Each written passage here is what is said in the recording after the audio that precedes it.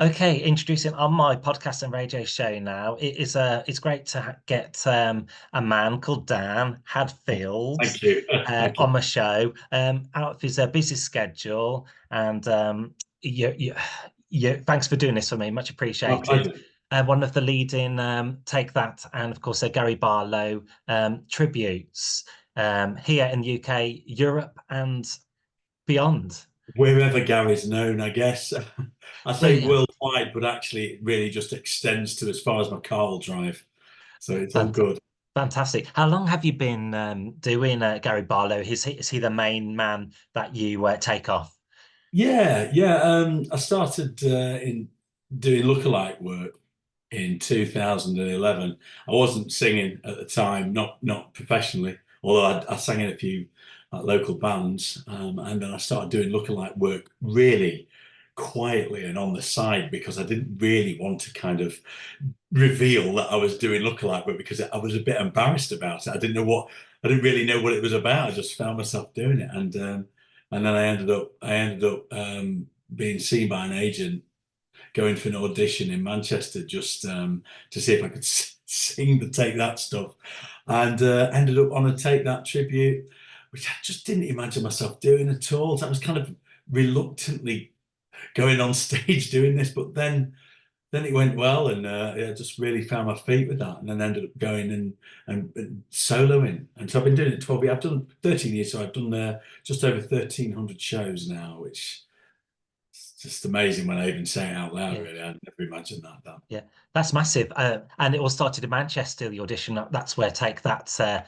we're from. I Yeah, guess like Robbie Williams or Stoke-on-Trent, but yeah, Manchester. yeah. That's right. Well, I'm from Lincoln. I live in Lincoln now. I've travelled around. Mm. And when I got the call to go up and audition, well, I thought, oh my God. And I'd never done anything. Well, I'd done a bit of acting when I was younger, just locally.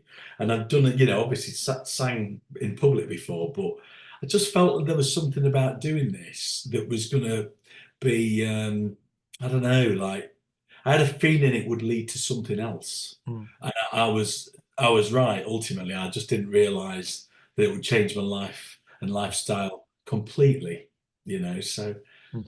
It seems like you've got the passion for it. I know, like as you know, doing the DJing, you yeah, have to have the fire in your heart. The yeah, traveling, the setting up the equipment, the setting down, and that's the the hard part.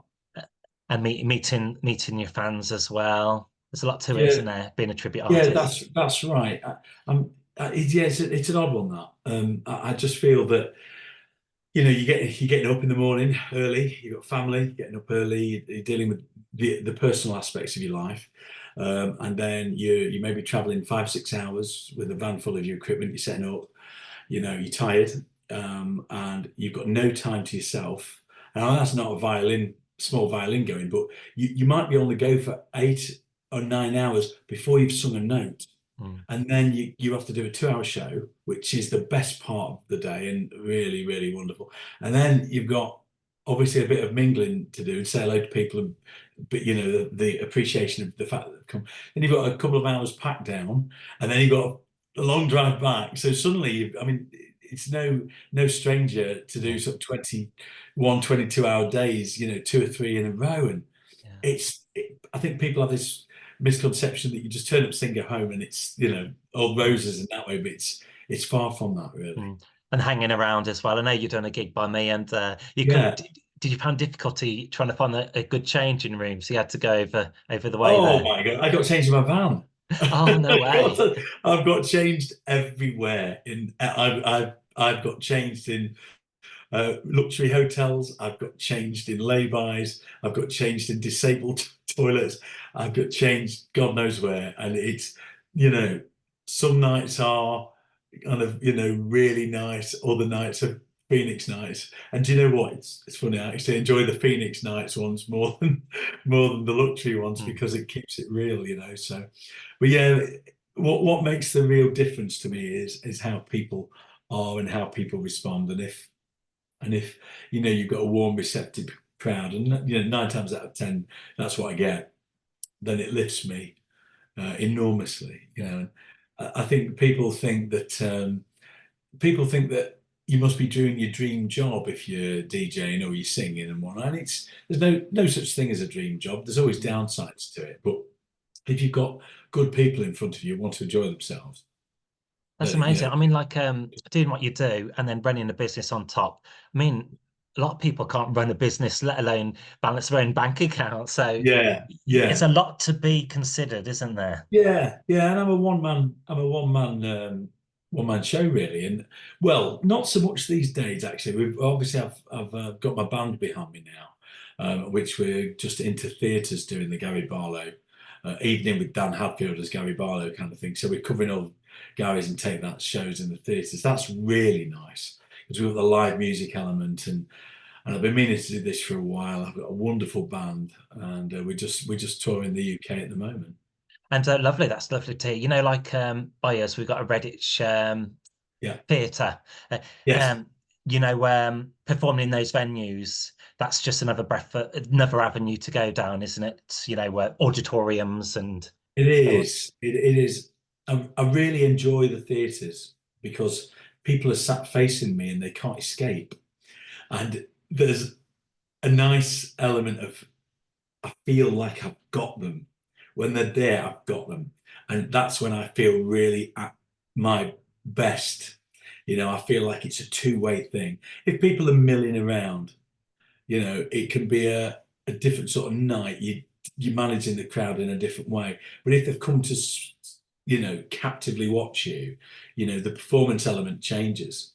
And I think it's, that for me, that's what really floats my boat.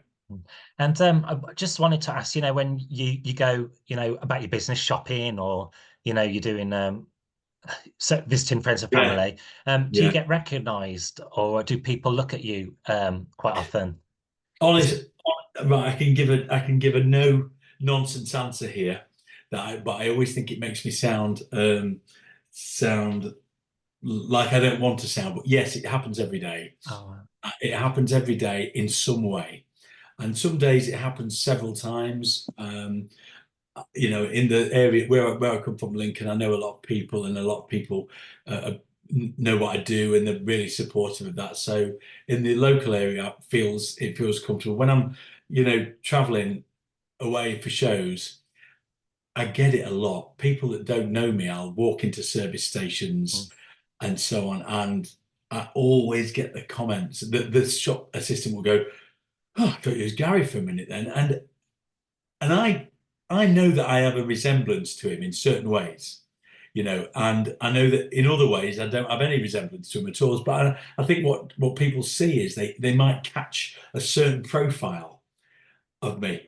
And because I'm about the same height and not a dissimilar build, I think people for a minute think, is that and so and especially because I talk in quite a northern way anyway, because I'm mm. northern. I think there's a little bit of people who perhaps don't know exactly what Gary looks like for a minute start to think, oh my God, is that him? And I sometimes play it up, sometimes don't. I just depends what mood I'm in, really. Sure. And the main man himself, Gary, am I right? You have encountered him on Yeah, occasions? yeah, yeah, but quite a few times actually. I'm so lucky. Honestly, I'm so lucky. First time I met him was actually on my first ever lookalike job. It was on the X Factor, and I went on as his lookalike. He didn't know I was coming on, and I had no idea what I was doing. I came out of those doors, and when I look back at the footage of that, I look at myself and go, God, I look nothing like Gary Barlow then. I just had a similar haircut, and my beard was the bad length, and I had a terrible suit on. And I look back and I wince. I wince. But he was great. He was really kind. I met him afterwards. And then a few months later, I started singing. And he was really kind on social media about what I was doing. And I did a few more lookalike gigs for him and with him over the years. And then in 2015, we sang together at a wedding. And from that point, he's just been brilliant. I don't bother him, and I'm not sycophantic around him. I treat the thing that I do with respect. I never take the piss. I never imitate him. I never try and talk like him, and specifically even on stage. I think that's a really cheesy thing that some acts do, and I don't like that. Just try and be as much myself as I can, and I think that probably goes. If he spends any time at all thinking about his tribute acts, I hope that he continues to think kindly about me in that respect. Really, does That's that make good. sense? Yeah, sure, sure. Just wanted to touch on some Take That and Gary Yeah. Barlow songs. Okay. It's really the same. I mean, their discography is extensive to say the Yeah. least. It all started off, the early years. It only takes a minute, girl. That Yeah. song, that when you look at the lyrics, they're relevant to today, aren't they? What in respect of what? But in like how people meet, how people Yeah, love, how people, is that what you mean? I guess so. Yeah, yeah, some Yeah, elements. Do I you guess find so. it? I guess there's more if you take it in that respect. I guess that we live in a far more, and I suppose Only Takes a Minute has not been discussed in this way, I'm sure, but we live in a far more transient, loose society today where things are instantaneous. Gratification comes quickly through social media. And I guess, in the old days, when you were falling in love with somebody, you'd send them a tape, you'd write them a letter, you'd wait painfully for the letter to come back to you saying clear off, or whatever. And nowadays it's quick, it's Mm, instantaneous, it's yes, it's no, it's left, it's right. So I guess yeah, it's slightly different really. mm. I must say I do yearn for the mixtape days. Sure. They're much better than what we've got now. I tried, I struggle with the TikTok generation, if I'm honest, but they wouldn't be bothered about me anyway. So who cares? Um, I wanted to ask, that's one of your popular tracks, isn't it? It gets people going. It's a Only pure takes a minute. 90s classic, isn't it? Yeah, it is. It's funny, really, because it's one of my least favorite songs. But I know that it comes about halfway through my set, and it always marks the turning point in the set to the second half. Um, the first half is kind of full of the songs like Patience, Pray, Hold Up a Light, Million Love Songs, and you kind of going like that through it. And then I do a little section in the middle. Sometimes it's not always Barlow would take that. Maybe I'll do a bit of swing or a few 80s songs, maybe a bit of rage, just to change the tone. And then I come back in with Only Takes a Minute, and everybody's like, oh, and they all get to the dance floor. I do Only Takes a Minute, everything changes, and Could It Be Magic, all as a kind of extended medley, and everybody's on the dance floor for Mm. that. Just Yeah. yeah, I like that bit where you went kind of like done a little bit of a throwback here and there. Yes. Have you ever done like Dream, Things Can Only Get Better, or New Kids on the Block along them lines? No, no, actually, no, no, no. I think the Dream song I associate so much with the Labour Party manifesto of Yeah. 1997, and I voted for Labour then, as I will do this year. But it's yes, it was that's an interesting song to do. And what was the other one you mentioned? Yeah, New Kids on the Block, or even a bit of Bros, maybe. Do you know? I think I quite like the 80s sort of Duran Duran Wham wet erasure feel. I Mm, think that's because that's the music I really love. I was never massively into New Kids or Backstreet Boys or anything like that when I was growing up because I'm probably well I'm coming up to 50, so well I'm 48, I'm 49 this year, and I don't know why sort of music I was listening to at the time was kind of Duran Duran, and I had an older brother and sister, so I was listening to what I thought was really cool music. mm, So I think having the chance now to just throw in the odd yeah. Duran song or a bit of Erasure, it's the best really. Although I dare say, if I did a Boy's Own song or a New Kid song or so, it would go down a storm. I Mm. dare say it would. I I'm might sure. have to consider that, Dan. Sure you can carry it off either Yeah, way. Wanted to ask on some of the like of course the hits there, Back for Good, yeah. which you probably talked about loads of times on interviews. What just wanted to touch on, like to say like How Deep Is Your Love, because that got a rerun on BBC Four lately on the Top of the Pops. that was their kind of like swan song until they come back in the It noughties. was. Do you It ever do like was. a bit of Saturday Night Fever in your act? Oh, well, I really, really love the Bee Gees. I really love the Bee Gees. And my brother's brother-in-law, if you follow that, my brother's brother-in-law was Robin Gibb's bass guitarist for the last 10 years of Robin's life. So we had a little bit of an insight into what Robin was like. So, and I really love the Bee Gees going up. And that particular song, I don't think is one of the Bee Gees' best songs, although it's iconic. But I thought when Take That did it, it was a real departure from everything else they'd done. Hmm. And you're right, it was a bit of a swan song for them, really. And I used to do it in my show. And sometimes if I feel like it's the right night for that, I'll slow it down and we'll do that.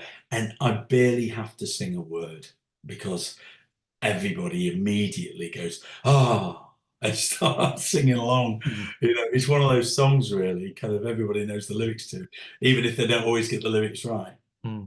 I mean, back in the day, I remember there was a helpline for Take That because There was, predominantly girls were there just was, broke up there about was, it, weren't they? there was. And honestly, as a young man at the time, I think I was about 17, 18 when that happened. Was it 97? 96, I think it was March around 96? that time. I Yeah. wasn't 17, I was 20, I was 21, 22. Mm. And I remember thinking, what on earth is going on? Ringing up a helpline. What are these fools doing? Haven't they got lives and all this? And it's funny, I've met so many of those girls now.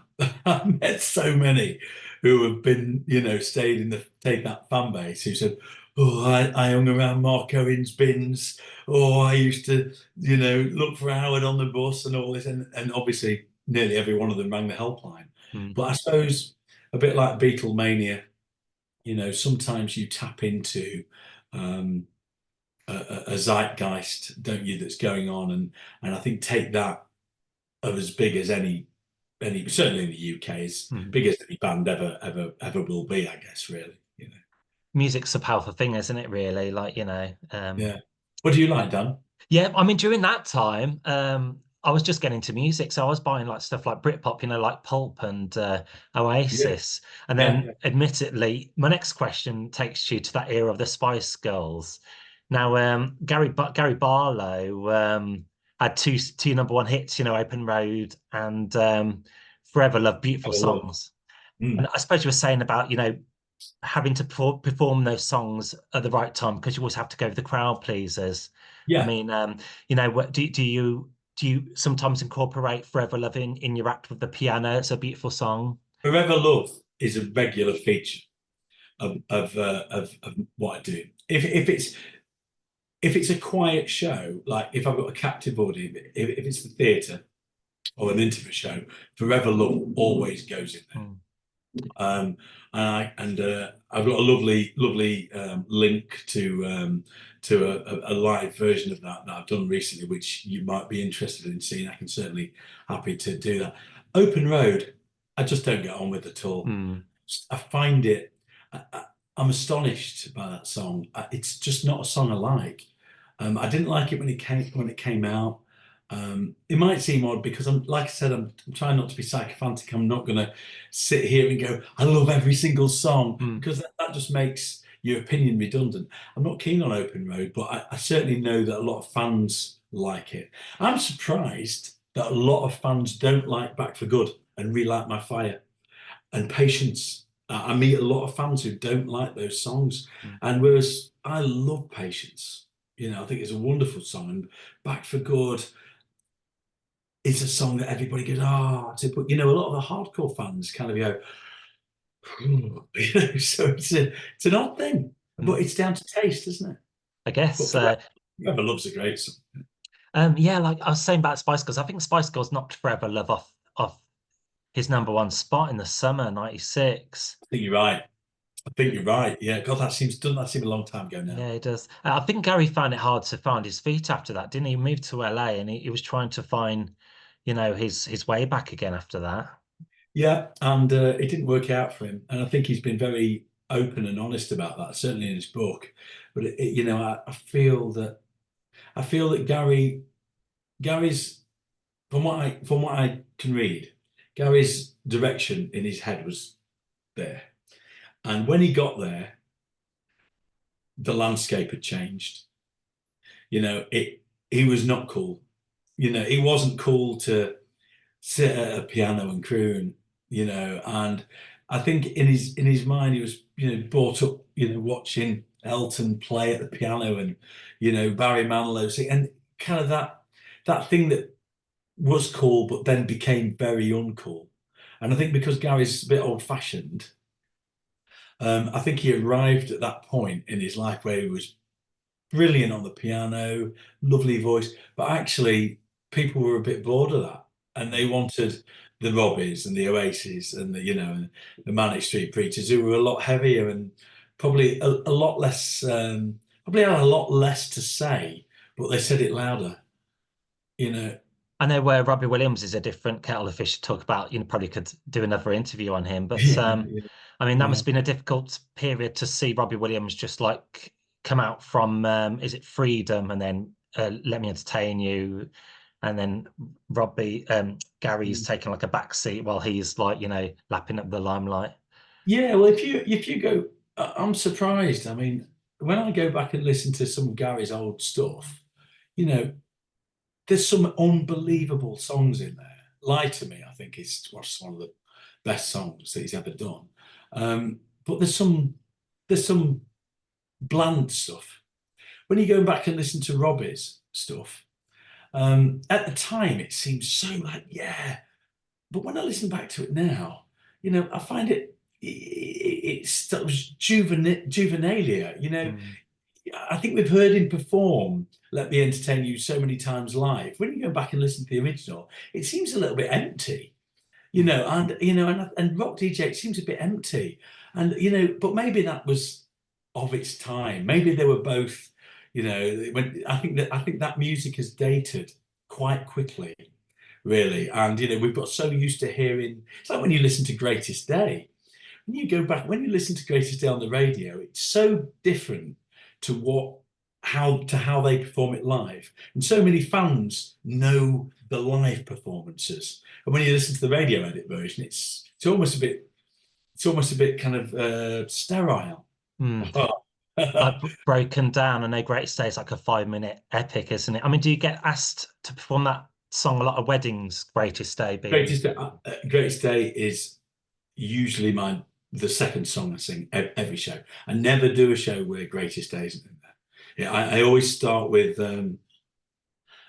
Since I Saw You Last, which is Gary's main tune off his second to last album, and then I go straight into Greatest Day. Mm. And so even the fans that don't know Since I Saw You Last and patiently watch me sing it, when that's over, the chords for Greatest Day start, and everybody goes, oh yeah, and they're into it, you know. And so it's they kind of they're like that. Cool. I think I've got time for just one Yeah, it's okay. song suggestion. Another song was Light It Up, Light It Up. Not a necessary song people have heard before, but it does get them going.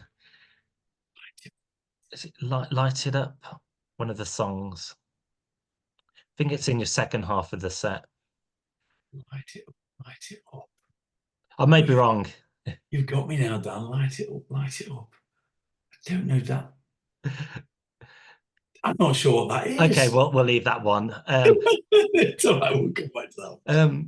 Anyway, You mean Hold Up a Light? I'll Hold Up a Light. That's the one. Yes. Thank you. You Sorry. salvaged that. It's all right. Hold Up a Light. Yeah, people love that, Dan. That's often because the opening line to that is "You can dance if you like." And so if people have been sat there watching, they often take that as the cue to go and, you know, get up and get going with it. So yes, great song. And it gives me a chance to get the tambourine out and on the go. And yeah, people love that one. Good song. Good song. Great. Well, Dan Hadfield, thanks for joining me on my show today. Thanks for taking time out. Great chatting with you about a performer, an artist, and what you do as well, essentially. You know, Thanks, it's nice to actually get to interview a tribute artist, you know, and find out, you know, what it takes to be a tribute artist, the mechanics of it and what have you, and so on. Yeah. Oh, we could talk forever on that one, but I appreciate we haven't got the time. But thanks ever so much, Dan. I really appreciate your time as well. Brilliant. Brilliant. Thanks very much.